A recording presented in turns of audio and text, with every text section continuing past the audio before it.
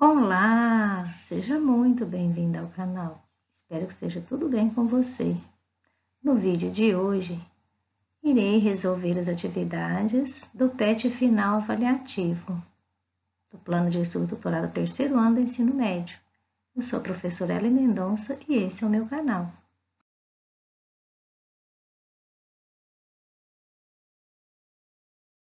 Para iniciarmos o vídeo, eu quero hoje agradecer, principalmente a você que já se inscreveu no canal, ativou o sininho. Então, o like hoje é para você, especial para você. Quero também agradecer a você que curtiu os vídeos, que também registrou nos comentários a sua gratidão, também compartilhou os vídeos, ajudando outras pessoas. O meu grande abraço hoje é especial para você e também para os comentários da semana. Quero agradecer em especial a Verônica, Jonas e meus alunos da minha escola.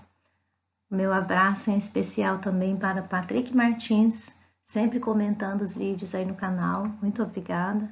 Também para GGR, para Adria Marques, para Joana Antunes. Então, meu grande abraço a cada um de vocês. E também para o Ander Borges.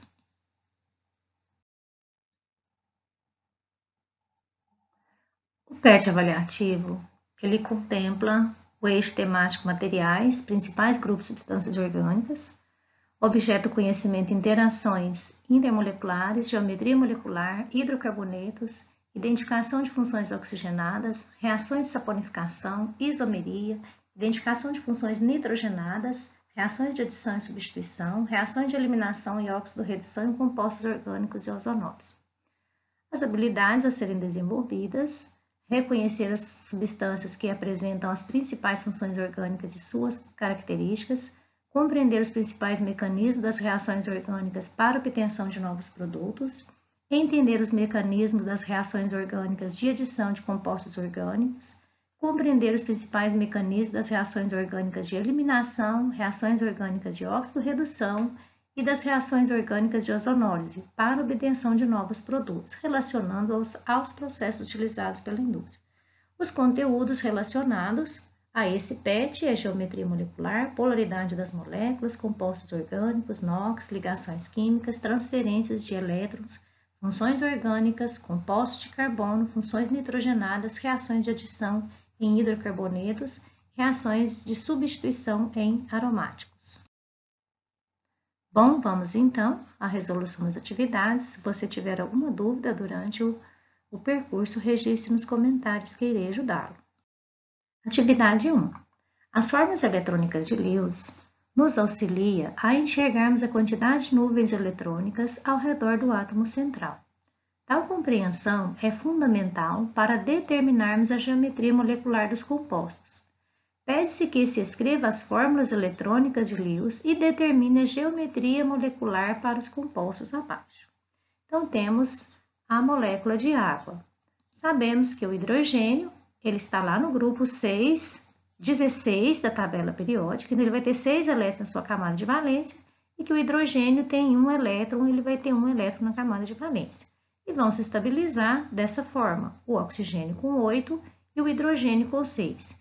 E vão formar aí uma ligação covalente, ou seja, aquela ligação que ocorre com o partilhamento de pares de elétrons. Então, essa é a forma de Lewis.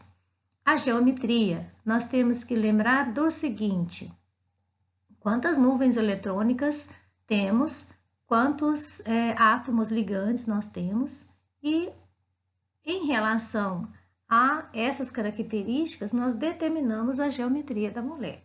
Bom, percebe-se que o hidrogênio, ele vai ter uma nuvem eletrônica ligada ao oxigênio.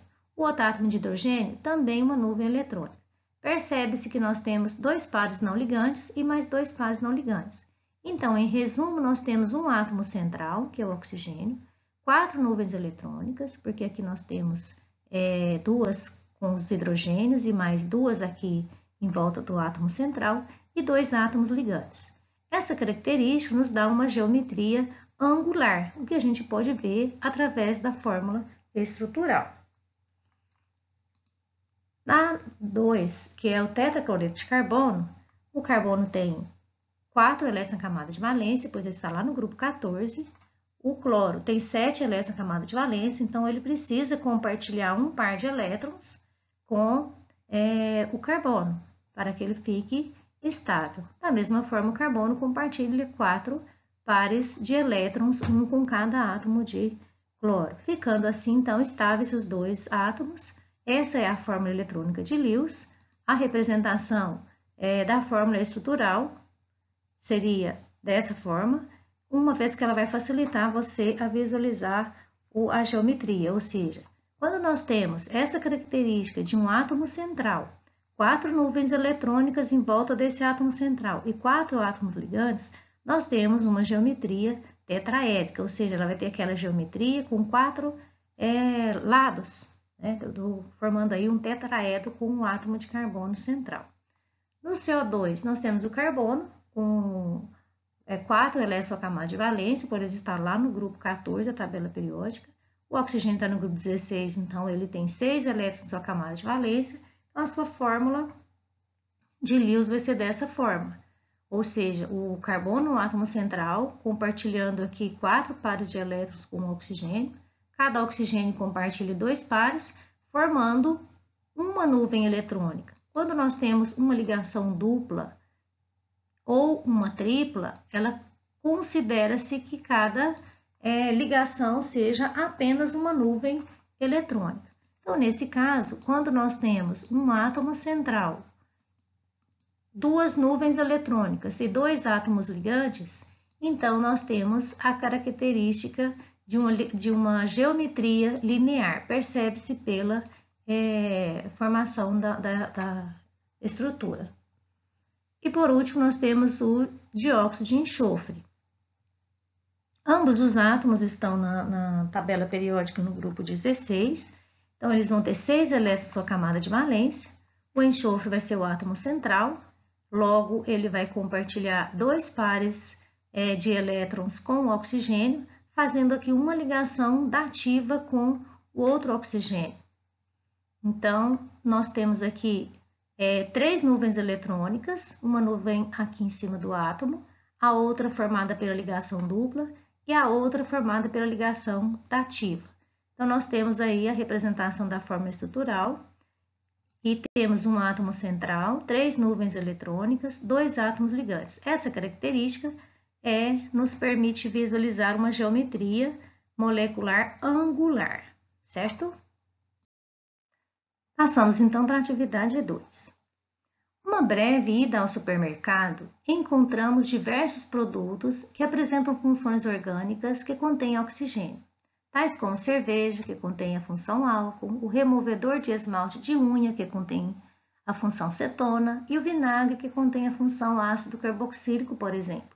Abaixo temos a fórmula estrutural de 2 compostos. As funções orgânicas oxigenadas presentes nesses compostos são: então, como nós vamos localizar somente as funções orgânicas oxigenadas, então vamos localizá-las aqui. Temos inicialmente uma amida, que é uma carbonila ligada a um nitrogênio. Na sequência, nós temos, aqui também temos outra amida. Temos aqui o fenol, que é um anel aromático, a ele ligado a uma hidroxila. Aqui nós temos uma cetona, percebe-se que nós temos aqui um carbono, uma carbonila ligada entre 2 carbonos. Aqui temos outra cetona, aqui nós temos um enol, ou seja, uma hidroxila ligada a um carbono insaturado. Aqui temos outro enol e aqui temos um álcool, isso na primeira estrutura. Na segunda estrutura, nós podemos circular aqui o fenol, a acetona, o éster e, por último, o éter e o álcool. Então, dentre as alternativas que apresentam funções presentes nesses compostos, nós temos a letra B, que é o fenol, o álcool, a acetona e o éter, apesar de não incluir todas as funções oxigenadas apresentadas nas estruturas, certo? Atividade 3. Em nosso cotidiano, encontramos diversas aplicações para os compostos que contêm funções nitrogenadas. Alguns com aplicações no campo da saúde, como os medicamentos, outros com aplicações na indústria de mineração e bélica, como os explosivos. Os compostos abaixo apresentam algumas funções que contêm nitrogênio. Podemos identificar essas funções como? Bom, lá no plano de tutorado não apresentou quais compostos são. Porém, eu resolvi essa atividade da seguinte forma. Como que nós podemos identificar uma função nitrogenada? Né? Quais são as funções nitrogenadas? Nós temos as aminas, né, que é a amônia, que foi substituída. Aqui pode ter hidrogênio, né? Pode ter carbonos. Então, vamos ter aí uma amina primária, secundária, de acordo com esses radicais aqui que foram substituídos. Então, essa seria a fórmula genérica das aminas. Das amidas, nós temos a carbonila ligada a um nitrogênio. Então, aqui também podemos ter hidrogênios ou carbonos. Então, essa é a estrutura da amida.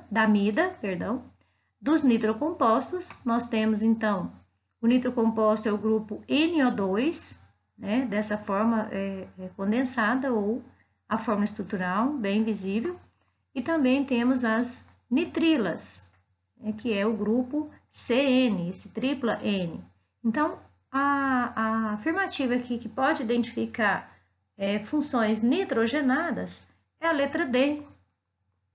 E nós temos aí amida, amina e nitrila. Faltou aqui o nitrocomposto, né? Porém, estão aí todas as estruturas. Como não temos os compostos para identificar quais as funções presentes, então resolvemos essa atividade dessa forma.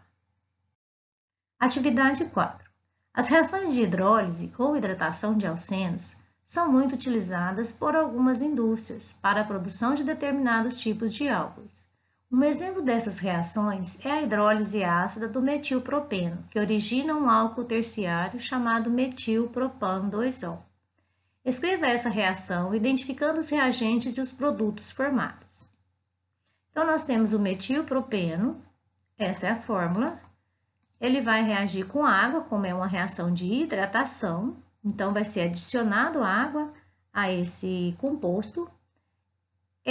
Essa reação deve ocorrer em meio ácido.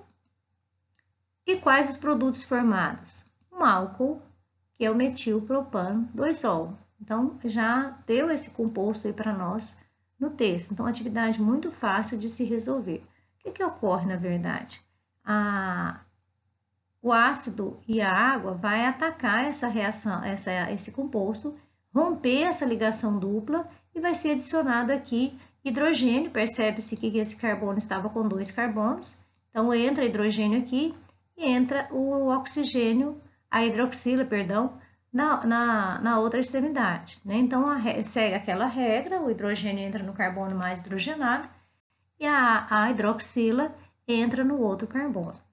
Então, o que ocorre nessa reação é justamente isso que eu acabei de explicar para você, certo? Atividade 5. O 2,3 de bromobutano pode sofrer uma reação de desidratação em meio alcoólico na presença de um catalisador metálico. Considerando essa reação, podemos dizer que haverá nos produtos. Então, nós temos aí o 2,3 de bromobutano, como ela é uma reação que vai acontecer aí na presença do zinco. Então, a reação que ocorre é de eliminação denominada halogenação.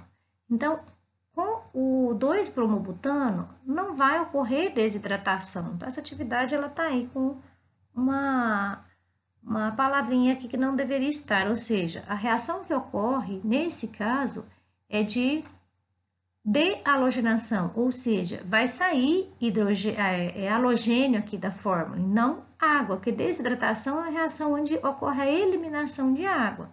Então, esquece que essa reação é desidratação, é a reação de dehalogenação. Então, vamos resolver dessa forma. O que vai ocorrer? A eliminação dos halogênios, no caso o bromo, pois se trata de um dialeto vicinal reagindo com o zinco na presença do álcool, formando assim um alceno e um sal orgânico. Então, como vai ser eliminado, o bromo vai ser eliminado, então essas duas ligações aqui dos carbonos com o bromo, ela vai formar aqui uma ligação dupla. Então, a afirmativa correta aí é um alceno e um sal, correto? Então, nós temos como produto também o sal, que é o brometo de zinco. Atividade 6. A ozonólise, reação utilizada na indústria madeireira para a produção de papel, é utilizada em escala de laboratório na síntese de aldeídos e cetonas. As duplas ligações dos alcenos são clivadas pela oxidação com ozônio em presença de água e zinco metálico. E a reação produz aldeídos e ou cetonas, dependendo do grau de substituição da dupla. Ligações duplas dissubstituídas geram cetonas, enquanto que as ligações duplas terminais ou monossubstituídas dão origem a aldeídos, como mostra o esquema. Então, o que nós temos aqui nessa reação? Nós temos aqui um carbono secundário, né? Então, quando é rompida por ozonólise essa ligação dupla, então aqui vai formar um aldeído, da parte maior da molécula, a outra parte também vai formar um aldeído, como é informado no texto. Então, aqui nós temos o carbono primário. Então, ambos vão formar aldeído. Veja, temos aqui 1, 2, 3 carbonos. Então, formou aqui o propanal. Do outro lado da dupla, somente um carbono. Então, formou aqui o metanal. Considere a ozonólise do composto 1-fenil 2-metil-prop-1-eno. Então, quais são os produtos formados nessa reação? Então, vamos identificar. Nós temos aqui um carbono terciário e temos um carbono secundário. Então, de acordo com o informado, o carbono secundário vai formar aldeído e carbono terciário vai formar cetona. Então, nós já sabemos quais são os produtos, ou seja, por ozonólise, essa reação, essa dupla vai ser rompida. Então, nós vamos ter aí a formação do benzaldeído e da propanona. Esses são os compostos aí dessa reação, certo? Assim, então, nós encerramos o PET avaliativo. Mais uma vez, eu quero agradecer você por ter se inscrito no canal, por ter deixado seu like aí nos vídeos, por ter compartilhado com os seus colegas e amigos os vídeos. Então, meu grande abraço para você e até a próxima!